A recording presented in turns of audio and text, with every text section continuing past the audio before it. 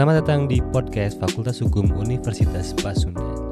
Oke, selamat datang Bu di podcast Fakultas Hukum Universitas Pasundan. Jadi ini sebenarnya podcast yang pertama.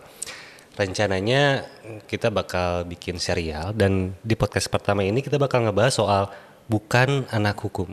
Emang saya bukan anak hukum. Ibu anak hukum. Saya anak hukum. Saya bukan anak hukum. Jadi saya bakal banyak nanya Bu. Maksudnya hukum itu benefitnya ke arah mana gitu. Terus selain itu mulai dari profil lulusannya seperti apa, yang bakal mereka dapetin itu apa, nah kayak gitu sih Bu, gitu. Paham ya? Paham. Oke. Paham Pak, siap. Dilanjut. Dilanjut. Jadi kita tuh kedatangan tamu pertama ini dosen Fakultas Hukum Unpas, dosen muda banget, belum nikah. Belum nikah kan? Belum, masih single ya? Masih single. Jadi sejak kapan Bu jadi dosen? Sejak 2019. Nah, pertanyaan pertama Bu dari saya Bu, gitu. Anak hukum tuh ngapain? Anak hukum ngapain? Belajarnya ngapain? Oke, kalau kita ngomongin anak hukum itu belajarnya baca. Kenapa saya katakan baca? Karena ketika kita memahami hukum kita harus baca dulu. Kita nggak mungkin tahu hukum kalau kita nggak baca. Gitu ya. Jadi kalau yang dibilang orang hukum tuh harus apal tuh pasal 1, 2, 3 dan sebagainya, enggak gitu. Tapi kita belajar baca, belajar memahami apa yang di dalam aturan itu. Jadi gini, dulu sempat ngedengar, saya kuliah di sebelah ya Bu ya. Oke. Tetangga kita. Gitu. Nah dulu tuh sempat pembahasan, gue gak mau masuk anak hukum, kenapa hafalannya banyak banget, bayangin gak harus ngehafalin pasal 1 sampai sekian ratus gitu. Nah itu emang perlu atau tidak sih, atau emang kata Ibu hanya cukup memahami aja? Ya, sebenarnya itu nggak perlu untuk kita hafal gitu ya, karena pada prakteknya kita kalau lihat ke pengadilan, kita lihat hakim, kita lihat jaksa, kita lihat polisi gitu ya, sebagai penyidik di dalam persidangan itu mereka juga bahkan suka masih bawa kitab undang-undangnya gitu. Jadi terkadang juga tidak harus kita harus hafal, tidak gitu ya. Jadi kita harus paham betul saja apa yang dimaksud di dalam unsur-unsurnya itu sendiri. Kita bisa mengkategorikan itu suatu hukum atau aturan ketika kita sudah paham betul itu unsur-unsurnya, oh iya itu sudah masuk ke dalam salah satu unsur hukum tersebut gitu. Jadi sebenarnya pembelajarannya nggak susah-susah banget sebenarnya mah ya? Nggak. Kalau kitanya fokus itu tidak akan susah. Nah kalau misalnya belajarnya nggak susah Bu, belajarnya nggak susah, hanya cukup memahami gitu ya Bu ya. Nah setelah udah paham semua hukum ini gitu ya Bu, lulusnya mereka jadi apa sih? Kalau saya kebayangnya cuma lulusan hukum itu cuma jadi pengacara, jaksa, hakim yang di ruang lingkup pengadilan gitu. Apakah hanya sebatas itu? Karena ngelihat kesempatan bekerja itu kan makin sempit nih. Apalagi cuma di kejaksaan doang, sempit banget lah gitu. Nah, terbuka nggak sih untuk lulusan Fakultas Hukum ini profilnya luas gitu, nggak cuma jaksa doang gitu. Kalau kita ngomongin lulusan sarjana hukum ya, bisa jadi apa sih sarjana hukum gitu kan ya. Kalau kita lihat di dunia ini, di tempat kita tinggal, kita nggak akan jauh-jauh dari aturan gitu ya, dan nggak akan jauh-jauh juga, pasti akan selalu ada masalah gitu. Nah masalah itu kan sebenarnya bisa diselesaikan ketika kita tahu hukum, kita tahu aturannya gitu ya. Jadi menurut saya ketika kita nanti keluar nih dari Fakultas Hukum, kita mau jadi apa? Kita lulus jadi sarjana hukum, kita bisa masuk ke wilayah manapun gitu ya. Selain daripada tadi polisi, jaksa, hakim itu kan proses sistem peradilan yang pastilah itu sudah jadi makanan sehari-harinya sarjana hukum gitu ya. Tapi kan ketika kalian itu mau melamar kemanapun, kalian bisa jadi ASN, kalian bisa jadi ke perusahaan-perusahaan tersendiri gitu ya, baik swasta maupun yang di Indonesia maupun di luar, dia itu pasti punya aturannya, punya hukumnya. Nah, jadi kita itu bisa masuk ke jadi legal corporate-nya gitu. Kita bisa tahu hukum perusahaannya itu bagaimana, seperti itu. Jadi banyak sekali, perbankan kita bisa masuk, ke wilayah imigrasi kita bisa masuk, banyak sekali. Jadi gini Bu, soal tadi kan nyinggung soal perbankan ya, yang saya tahu nih ya Bu ya. Kalau misalnya kita kredit, ya kan, saya ngajuin ini ilustrasi mudahnya lah gitu. Mungkin ya Bu ya. Kehidupan sehari-hari. Kehidupan sehari-hari. Jadi saya ngajuin kredit nih Bu, buat ngajuin kredit mobil. Nah yang ngelihat bukan asesmen, yang lihat profil saya lulus atau tidak, divalidasi atau tidak itu orang hukum atau bukan nggak sih Bu? Yes, sepengalaman saya dan setahu saya ketika orang itu mau mengajukan kredit di dalam suatu perbankan itu dia punya struktur organisasi. Nah struktur organisasinya itu di sana ada admin kredit dan juga ada bisnis legal. Nah, ketika kita dihadapkan untuk menilai suatu kredit gitu ya, nah dia itu adalah orang hukum karena dia bisnis legal. Di sana dia harus tahu kaitannya dengan dokumentasi legalitas yang dimiliki seperti itu. Jadi aman Bu, kalau kata saya aman Bu. Soalnya yang kredit mobil juga banyak. Mobil, motor, rumah. Jadi jangan takut sarjana hukum mau jadi apa di seluruh perusahaan bisa daftar, bisa ajuin pekerjaan. Langsung perceraian juga Bu ya. Ya. Mulai dari konsultasinya juga ada Ibu bisa. ya? Sebenarnya kita bisa menciptakan lapangan pekerjaan. Kayak misalkan kita bisa bikin kantor konsultan hukum, kita bisa jadi notaris kayak gitu. Atau kita mungkin bisa sertifikasi kurator gitu. Kayak gitu. Banyak sekali gitu pekerjaan yang bisa dikerjakan. Oh jadi emang bidang pekerjaannya luas banget ya Bu ya? Aman ya Bu ya? Jadi buat teman-teman yang emang pengen belajar hukum atau pengen mendalami hukum bisa. Maksudnya kita ngasih inspirasi kalau hukum itu emang luas banget, nggak cuma dalam ruang lingkup kejaksaan doang. Polisi ya, Bu, ya. Dan hakim. Betul. Ya saya kebanyakan cuma polisi doang Bu. Iya. Karena di jalan kita ketemu polisi ya udah artinya ada polisi ada hukum gitu. Sebenarnya banyak sekali. Yang lebih kompleks Bu, itu kan hukum negara ya. Iya. Kalau hukum Islam kita bukan hukum Islam maaf, hukum agama kan agama kita banyak ya. Betul. Nah itu apa kita mempelajari juga nggak sih di sini? Iya. Kayak kan kita kadang-kadang gini, soal pernikahan, ada secara sirih, ada secara negara. Nah iya kan, nah itu kan kalau negara udah pasti kita belajar soal KUA-nya. Nah kalau misalnya nikah sirih, itu kita belajar juga nggak sih di sini? Iya, kita belajar. Jadi ada proses hukum-hukum agama lain gitu ya yang diatur juga dan atau menjadi hukum positif di Indonesia. Salah satunya tadi ada hukum Islam juga ada hukum agama lain. Maksudnya ketika kita menikah, ketika kita mau melakukan perceraian, ketika kita mau mengurus waris kita mau mengurus gono gini, kita bisa memilih hukum mana yang kita akan pilih gitu ya.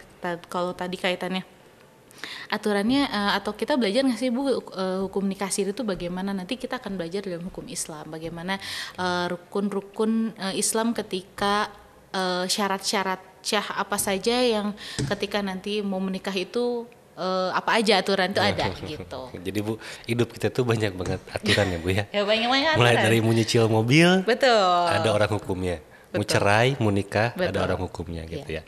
Gitu. Hukum itu sebenarnya gini, hukum itu dia akan memastikan dari suatu kebimbangan, dari suatu kebingungan. Ketika kita memiliki aturan yang sama, setara, ketika kita memiliki aturan yang mana lebih baru, ketika ada aturan yang mana lebih tinggi, maka ada asas yang mendasarinya. Nah itu dipelajari juga di hukum gitu ya. Kita harus memilih ketika ada aturan mana yang kita pakai, kita harus memilih salah satu. Jadi dari kebingungan, dari kebimbangan kita akan menjadi hasilnya itu akan menjadi suatu kepastian gitu. Oke. Nah, kita langsung loncat ya Bu, kayak saya udah paham banget soal aturan hidup ya Bu ya akhirnya. Jadi sekarang udah jadi anak hukum? Udah jadi anak hukum? Belum. Saya masih seperempat lah. Udah kerja di hukum juga saya masih seperempat hukumnya Bu. Yang ngerti-ngerti Bu. Oke. Nah, selanjutnya, nah Ibu kan dosen nih. Insya Allah. Ngajarnya mata kuliah apa sih Bu? Mata kuliahnya saya pegang pengantar hukum Indonesia, terus ada hukum pidana, ada hukum pidana dalam jurisprudensi dan forensik. Saya ngambil program kekhususan pidana. Soal hukum pidana Bu, kan Ibu tadi ngajar hukum pidana ya, kita lanjutin ya. Jadi Ibu ngajar hukum pidana. Nah ada contoh kasus yang mudah dipahami nggak sih sama masyarakat? Hukum pidana yang mudah dipahami itu banyak sekali di jalan. Bisa di berita-berita kriminalitas, curanmor, begal, itu semuanya masuknya ke ranah pidana ya, gitu. Pembunuhan dan lain sebagainya. Oke. Nah, harusnya nggak gampang sih Bu belajar itu ya, karena kejadiannya banyak. Kejadiannya banyak. Jadi kenapa saya suka hukum ya, jadi curhat juga. Kenapa saya suka hukum juga? Karena di sini kita bisa menilai atau menganalisa antara teori dan juga praktek gitu. Walaupun misalkan prakteknya kita baru mengetahui secara dari media gitu. Nah, nanti ketika kita udah tahu secara di media nih, benar nggak penerapan yang dikatakan media ini? Oh, hakim itu polisi itu dia menjatuhkan pasal sekian-sekian. Nah, kita langsung sebagai anak hukum, kita juga wajib melihat, benar nggak nih yang diomongin sama media itu? Jangan-jangan itu aturannya salah, jangan-jangan itu aturannya tidak update, jangan-jangan dia hanya memotong sebagian dari pasal. Kayak gitu. Oke, jadi bisa kita verifikasi ya Bu. Betul, kita bisa verifikasi langsung ketika kita tahu, oh ini masalahnya ini, kita aturannya tahu, kayak gitu. Oke, nah kalau misalnya ini soal kehidupan sehari-hari, Bu, saya mau bikin paspor gitu ya. Nah itu mah bukan pidana kan Bu ya? Bukan. Itu masuk ke ranah hukum apa? Itu sih lebih ke negara ya, itu ke administrasi negara. Oke, nah itu jadi juga. kita juga harus taat administrasi gitu. Sebagai kita juga warga negara Indonesia, kita juga diatur oleh pemerintah Indonesia bahwa kita juga harus punya identitas yang asli. Nah itu diatur di administrasi negara seperti itu. Jadi kepala saya itu banyak banget tuh pertanyaannya, karena saya bukan anak hukum balik lagi gitu. Cuman saya akan jawab semampu saya. Iya, tadi keluar hukum administrasi, mungkin saya bakal ngobrol dengan nanti ada pembicara lain mungkin ya soal hukum administrasi gitu ya. Tadi kita ngebahas hukum pidana. Nah, Ibu juga dosen. Nah, dengar-dengar Ibu juga kan alumni. Dengar-dengar Ibu juga kan punya pacar. Enggak. Dengar-dengar Ibu mau ta'aruf enggak juga. Jadi dengar-dengar Ibu lulusan Hukum Unpas. Hukum Unpas, alhamdulillah. S1. Untuk S2-nya di mana, Bu? Sama sih, masih di Unpas juga. Dulu ngambil pidana juga sama gitu. Cinta ya Bu ya? Cinta sama fakultas hukum gitu. Dan melihat perubahan yang sekarang sangat bagus banget. Nah, gitu. kita ngobrol soal perubahan Bu. Jadi kan Ibu kuliah mulai tahun 2000. Masuknya. Masuk 2009. 2009 sama 2013. Sama banget. Seangkatan kita? Seangkatan. Muda kita. Muda. 2009 Bu ya. Sekarang 2021 nih Bu. 2021. Kan Ibu sempat belajar 2009, sekarang ngajar. 2021. Perbedaan hukumnya nggak berubah kan? Maksudnya soal materinya nggak berubah. Secara teoretikalnya tidak berubah. Hukum tuh nggak pernah berubah ya Bu ya? Dasarnya nggak pernah berubah? Nggak, bukan tidak berubah. Hukum itu dia selalu berubah. Berubah dalam artian dia mengikuti peradaban zaman. Adaptasi. Kehidupan, betul. Nggak mungkin gini, sekarang kita tetap bahasnya terus aja KUHP zaman Belanda. Tapi kita juga tidak memperhatikan ada aturan-aturan terkait dengan media sosial. Gitu. Karena dulu nggak ada media sosial. Karena dulu nggak ada media sosial. Nggak ada ITE ya Bu ya. Nggak ada ITE. Karena zaman dulu kita butuh apa, kita ya udah surat dan lain sebagainya. Tapi waktu zaman saya sih udah ada ya handphone Nokia gitu ya, Nokia BB gitu kan ya, yang belum zaman Android. Dimana kalau kita mau kirim foto tuh bayarnya mahal banget gitu. Nah sekarang dengan mudahnya gitu. Nah jadi hukum juga dia ngikutin perkembangan zaman. Ketika perkembangan zaman ini ngikutin, maka ada aturannya yang mengcovernya. Ketika ada kejahatan di sana, kita harus menyelesaikannya secara di waktu yang sama gitu. Jadi kalau waktu dulu kan kita nggak pernah, gimana ya? Kalau waktu dulu tuh 2010 lah saya kuliah juga nggak pernah ada kasus SARA atau jarang terdengar kasus soal bullying, SARA gitu. Cuman setelah adanya sosial media, setelah adanya ada di cover juga semua undang-undang kita, barulah terdengar banyak SARA, banyak bullying gitu kan, sampai penistaan agama dan lain-lain gitu. Nah, itu salah satu pengadaptasian hukum di perkembangan negara kita, kehidupan lah. Jadi hukum itu ya selalu berkembang. Tidak mungkin hukum itu terus aja begini, enggak. Jadi ada perbedaan ya, 2009 sampai 2021 hukum ada perbedaan jelas. Ada jelas jauh gitu ya. Nah kalau misalnya soal ambience-nya Bu, Ibu ambience maksudnya kayak gini. Ibu sekolah di sini gitu ya. Sekarang ngajar di sini. Menuntut ilmu ya. Menuntut ilmu Bu ya. Menuntut ilmu. Sekarang harus membagikan ilmu lagi. Nah kayak gitu. Syariat agama ya Bu. Mana perbedaan yang Ibu rasakan itu? Bukan rasya. Yang Ibu rasakan itu, nah di Fakultas Hukum Unpas 2009 sampai 2021 perbedaannya apa sih Bu? Ada apakah? Perbedaannya mulai dalam dari apa? Kayak fasilitasnya apakah berubah? Jauh banget. Lingkungan orang-orangnya apakah semakin berkembang atau tidak, kompetensi lah kita ngomongin. Gitu.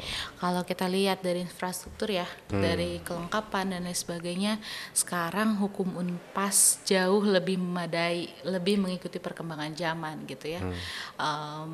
sekarang apalagi lagi masa pandemi kayak gini, kita juga dituntut kuliah secara daring gitu ya. Sebenarnya kalau hukum Unpas ini sebelum kita ada pandemi COVID sekarang gitu ya, kita udah mulai menerapkan proses belajar mengajar blended learning. Jadi kita ada tatap muka dan juga ada juga via daring gitu. Sebelum COVID ya Bu ya? Sebelum COVID. Nah tapi setelah COVID kita full daring. Nah ketika ada full daring ini, maka infrastruktur kita benar-benar terjadi perubahan gitu, perubahan yang sangat bagus sekali gitu untuk menunjang proses belajar mengajar jadi lebih efektif kayak gitu. Oke. Nah, ini sekelas info dulu ya, Bu ya. Saya boleh iklan dulu. Iklan dulu. Jadi untuk teman-teman yang penasaran sama fasilitas yang kita punya untuk Fakultas Hukum Unpas, jadi kita punya beberapa fasilitas baru ataupun yang bisa nanti teman-teman semua nikmati sih. Untuk yang penasaran bisa langsung masuk ke websitenya di hukum.unpas.ac.id ataupun Instagram juga bisa. Instagram di @hukumunpas. Dan kalau misalnya teman-teman pengen mendaftar, kita lagi buka gelombang 1 mulai dari Januari kemarin sampai ke bulan April. Nah itu untuk info lengkapnya bisa dilihat juga di website di balik lagi hukum.unpas.ac.id, atau untuk yang pengen langsung mendaftar atau yang pengen PMDK juga kita bisa sih. Kalau PMDK itu lebih simple ya Bu ya? Lebih simple, tinggal klik link bio di Instagram Hukum Unpas. Kita langsung ngisi formulir. Kita ngisi formulir, nanti langsung direkap datanya. Nah, kok yang pengen WhatsApp sama Bu Cynthia juga, itu bisa di situ ada nomornya. Itu kalau misalnya mau PDKT, jangan yang sesat. Oke. Sekian sih Bu, makasih banget buat waktunya. Kita ngobrol-ngobrol. Ntar kita ngobrol lagi soal konten-konten hukum lainnya. Karena saya masih belum ngerti Bu. Tadi udah. Kan udah jadi anak hukum. Seperempat. Saya udah tahu cara nikah, tapi saya belum tahu cara nikah yang kedua. Itu nanti kita bahas lagi. Oh jangan. Tapi kan di Islam boleh Bu? Boleh. Nanti boleh dipanggil hukum Islam secara lebih dalam. Oh iya, gitu saya takut diceramahin. Yaudah Bu ya. Siap. Terima kasih teman-teman semua udah menyaksikan sampai akhir. Sampai jumpa di episode selanjutnya.